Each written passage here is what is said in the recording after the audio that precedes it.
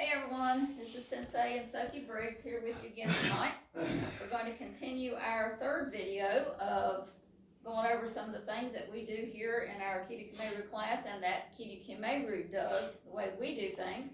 We're going to start by recapping the last thing that we talked about in the last video, which I believe is sitting on your opponent, correct? Mm-hmm. Yes, I think so. I think that's what it was. What does sit on your opponent mean? Okay, so sitting on your opponent just basically means that you're locked in place, like we explained at the last video. Like if your opponent is in a fighting stance, and you get in a fighting stance, you guys are sparring around, and you get in a fighting stance, and then you just stop and you sit there. Basically, a lot of your defensive fighters will sit on your opponent because they lock in place like this, waiting for their opponent to make a movement, make an aggressive movement toward them, and then your defensive fighter will counter that aggressive movement. Okay. So sitting on your opponent is done a lot of times by defensive fighters. They just sit on their opponent waiting for that move be made against them so they can counterattack. Okay. All right, so there's our recap of what sit on your opponent means. We're going to move on to the next question. Describe what inertia is, referring to body movement or footwork. Okay, so in layman's terms, basically what inertia means, more so referring to like when you're sparring, when you're fighting, inertia means going from non-movement to movement or movement to non-movement. You're just basically doing a 180. So inertia from non-movement to movement is like I'm right here. Obviously I'm not moving, right? I'm just sitting on my opponent like we just said, right. Sitting on your opponent right here. So inertia from here would be going from non-movement to a movement. So it'd be going from non-movement, me not moving, sitting on you to make an aggressive movement towards you to try and strike you with something, or it could be just the opposite. Technically, inertia can be, like you're moving around, you're bobbing and weaving, depending upon what kind of fighting you're doing, whether it's kickboxing type fighting or point sparring or whatever, you can be moving around and then just all of a sudden you stop. Then inertia also plays a factor in that because you're going from moving around to just stopping, dead still. So basically inertia is going from non-movement to moving, or from moving to non-movement or stopping.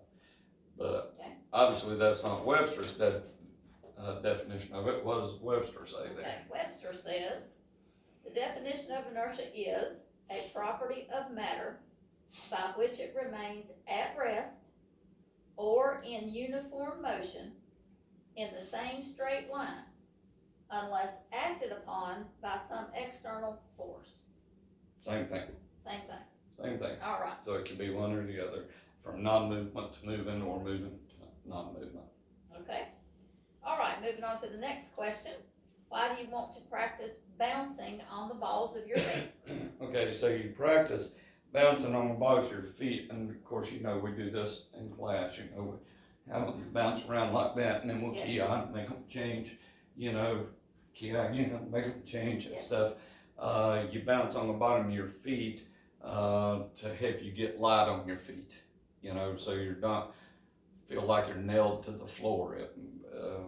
Bouncing around on your feet and doing different types of drills like that makes you, it's a drill to make you lighter on your feet. Or even when you're bouncing around while you're sparring, you're trying to be light on your feet and not locked in place. Okay, so with that being said, why is it important to fight from the balls of your feet instead of flat-footed? Well, as far as a push, coming from fighting, and when I say push, I mean, like pushing, lunging yourself, or even doing like a step or a slide up, some type of footwork like that. As far as that goes, if you're on the balls of your feet, it's easier to make those movements. Okay. Where you practice light on your feet, versus if you're locked in place, it's harder to go from here, and make that movement than it is be bouncing around and then, jump in Makes you there. quicker. And right, it makes you quicker, and you can be more mobile on your feet by bouncing around on your feet rather than standing flat-footed. And both of them has their good points. I mean, as you know, sometimes I'll bounce on my feet when we're sparring, and sometimes, I'll just lock in place when we're sparring, and mix it up. And that's a question for another class, but that's basically broken rhythm fighting. You're mixing things up. Okay. All right. Moving on to the next question. What does bridging the gap or entry mean in karate? Okay, so when you bridge the gap, basically bridging the gap, well, I guess I should explain what the gap is first. Get me a good fighting stance for me. So the gap is the distance between two opponents. So if you and I are sparring, this distance between my front leg or my front foot and your front foot, this distance right here is referred to as the gap, okay? So it's important to understand what that gap is and what that gap means. If you're really far apart from your opponent, it's hard to hit your opponent. You have to know the proper technique to bridge that gap or close that gap in order to affect a technique onto your opponent. If you're this close to your opponent, bridging that gap's easy. Maybe bridge that gap would take just a slight foot movement just so I can get into range to hit you. But bridging a gap is basically going from point A, which more often than not is out of range from your opponent, or it's out of range from where you can hit me or where I can hit you too. It's basically being from out of range on your opponent to doing some kind of footwork to get in range so you can throw a technique, whether it be a leg or feet technique, hand technique, elbows, knees, whatever the case may be. You're closing that gap, you're closing that distance, or you're bridging that gap in order to get in there so you can throw that technique to your opponent. That's what bridging the gap means. It's going from point A out of range into point B in range so you can effectively land, or at least have a chance of landing a technique onto your opponent. Okay. All right, that brings us to our next question. What are 5 types of entry into your opponent? And as the question says, there are 5 different types. Actually, there's more than 5, but there's 5 basic ones that we teach. Okay. And even with those 5, sometimes you can add them together. Okay. My nose is itching for some reason. But even with those 5, sometimes you can add them together. But there's 5 basic ones that we teach here. Okay. First one that we teach is a lunge. Lunge. Okay. So a lunge is pretty self-explanatory. You do just that. You lunge. Let's say you want to throw. Let's say it's a straight punch, and you throw. And this is where lunge is good in sport karate. Where, when you're fighting, and if you land a technique, they say break, they give it to the person that lands the technique or scores a point. Lunging is not, in my opinion, a good type of footwork to do in kickboxing and continuous sparring, because sometimes when you lunge, you get yourself in a bad position.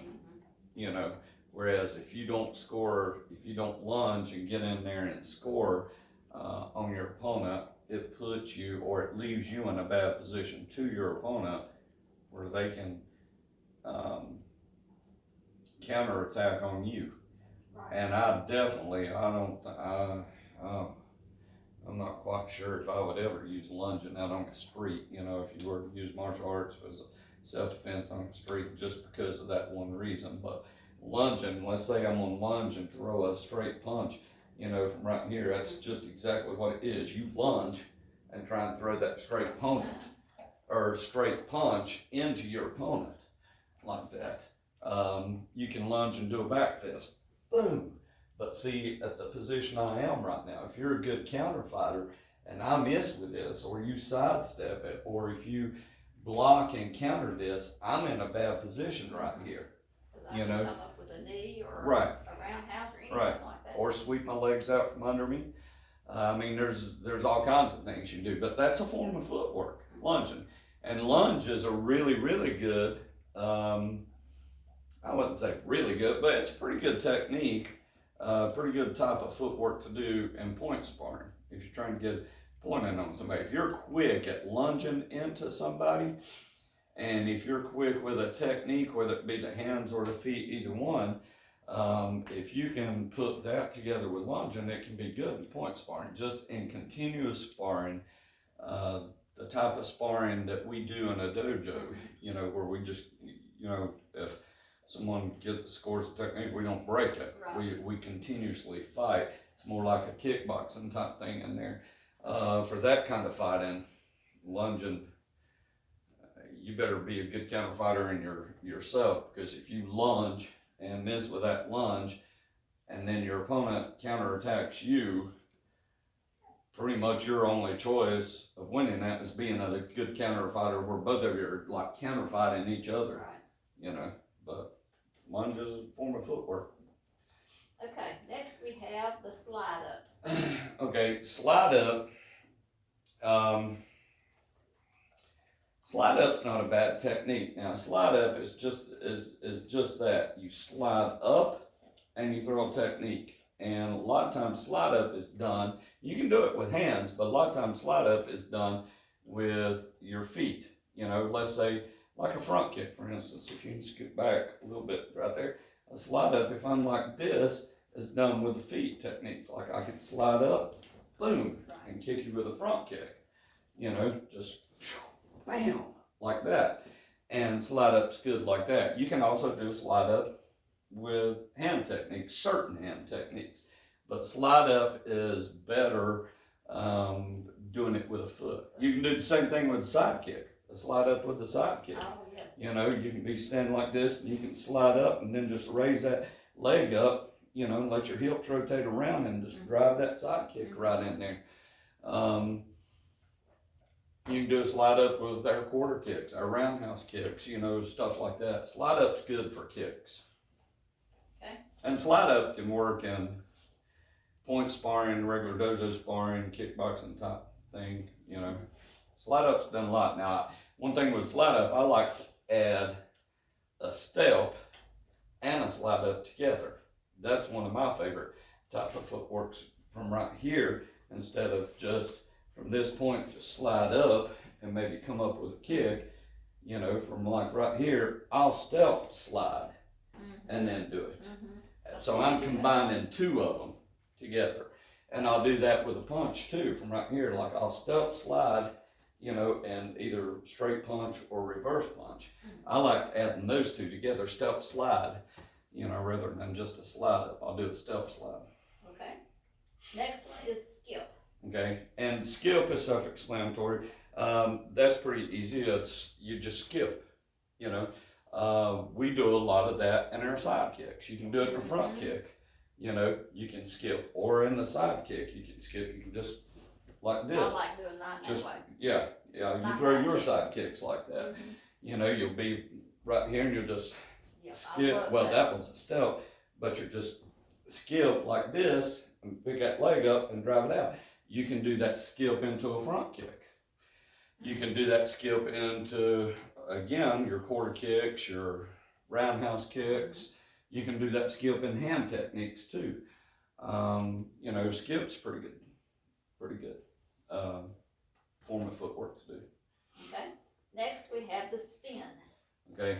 Obviously that, to me, being in martial arts as long as I've been, spin is a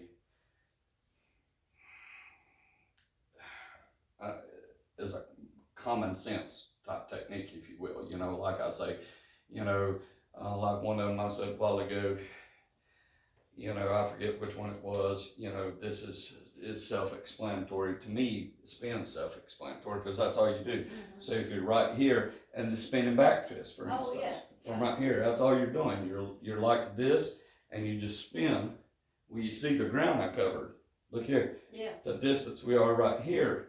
But if I do a spinning back fist, I'm right here on you. So that's a form of footwork because I'm closing this gap by just doing a spinning technique and getting on you. You can do the same thing with spinning back kick, spinning crescent kick, spinning hook kick, spinning side kick, you know, all those different spinning techniques.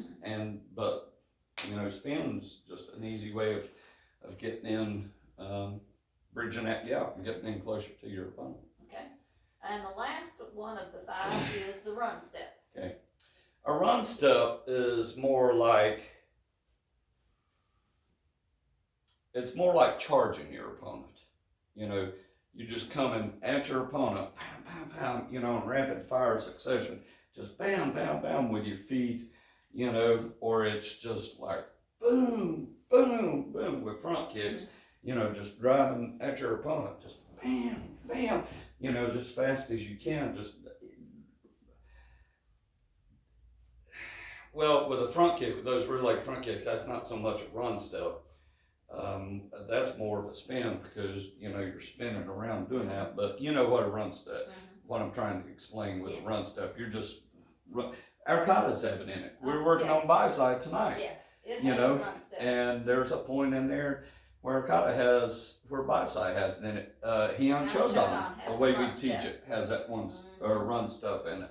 You know, so right, it's just that quick boom, like that. That's a run step. You're just bridging the gap, covering that distance with a type of footwork to get into your opponent. Right. But those two katas are prime examples of a run step. Yes. And you know, and there's others, you know, that like I said, that is not in there that we do. And this isn't the whole, that doesn't, just those 5 doesn't encompass all of it. No. And you can take them and put them together, you know, like I did, like the step isn't in there. You know, you can just simply step. Right. That's a form of footwork, but it's not in there. Right. You can do the step slide. That's one of my favorite ones, a step slide, you know, and then do something. You know, I like that. And it's not in there. And you, like I said, you can take those and put them together, you know, and make them work. You know, anything that's bridging that gap, you're using your feet for to bridge this gap coming at your opponent. That's a form of footwork. That's all it is. If your feet's moving, closing distance, it's footwork. Okay. Even if it's even if closing the distance is nothing more than doing the spinning technique, you're still doing a type of footwork to close that distance. To throw technique. Okay. Going back to number 1 that we talked about, the lunge. What common mistake is made when lunging? Okay, so probably one of the worst things that people does when they lunge, you know, because a lunge is, like I said, is lunge straight at your opponent like that. A lot of people, instead of lunging in to their opponent, since it's kind of like, gosh, I don't even know the word I'm trying to think of here. It's kind of like throwing yourself into your opponent.